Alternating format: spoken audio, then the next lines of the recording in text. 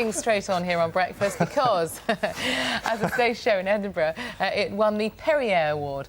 On radio, it earned a Sony, and when it was on television, it won a BAFTA. So, is its next stop an Oscar, perhaps, for BBC Two's comedy The League of Gentlemen, which this week graduates to the silver screen? Yeah, the film version gets its premiere tonight when the creators behind Tubbs, Edward and Butcher, Hilary Briss, will walk the red carpet. In a moment, we'll be talking to two of the cast, but first, let's take a look at that particular brand of dark humour.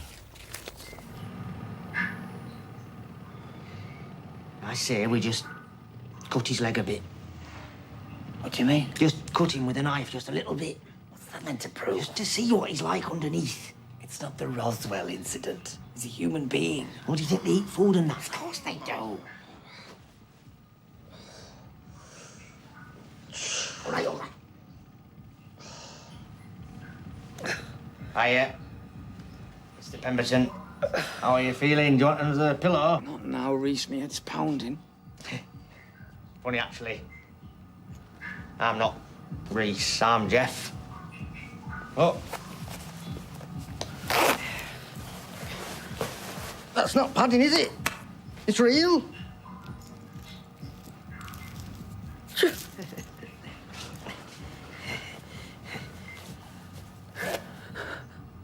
Mark.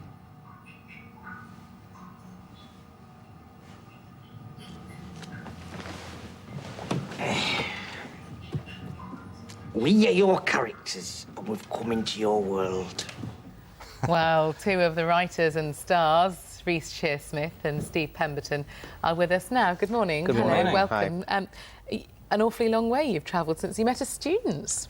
That's right, yeah. That was about 20 years ago. You don't have to tell us. Well, yeah, it's scary because I was just saying to Mark the other day, you know, it'll be 10 years since we met, and he went, no, it's 20.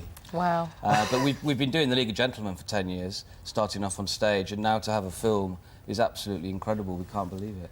How does the film work? I mean, how difficult was it to transfer to the big screen? Yeah, well, there is quite a difficult kind of transition for any TV spin-off into a film. You know, it's always quite a deadly affair. Not been very many good ones, so we were aware of the pitfalls. But we tried to think of a new spin on the old characters. So we've put them into a situation where they become aware that they are characters in a comedy programme, and they seek us out as ourselves to ask us some questions because we've stopped writing them. So a new spin, you say, but the characters remain as the original, do they? Absolutely, yeah. I mean, we couldn't do all of them because over the course of working together, we've done 100 characters between the three of us.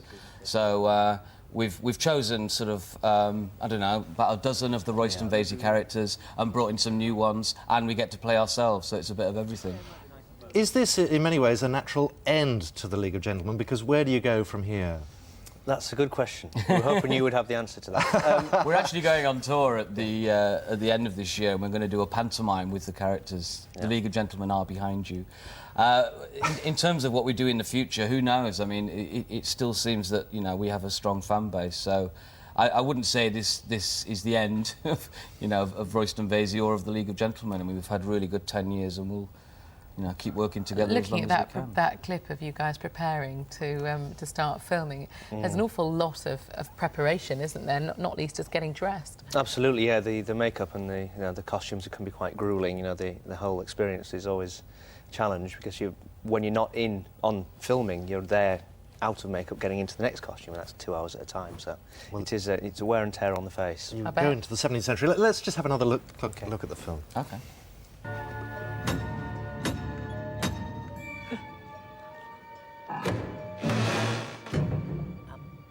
We have come to see... Of expected, sir. What? Do of expected, sir. Simply, sir. Going to be released in the US. What do you think they're going to make of it? Yeah. Well, we're not sure. sure. We're going to see how it goes down here first. I think, you know, there's a sort of idea that the Americans don't get irony, and and don't get British humour. But I think it'll play well there. I mean, Shaun of the Dead, that was released there last year, did amazingly well. And they have sort of comedies like Curb Your Enthusiasm and The Larry Sanders Show, and, you know, they have sort of edgy, offbeat comedies. So I think it would have to sort of grow. It would have to be a cult which people told other people, you must see this film, because it's quite an acquired taste.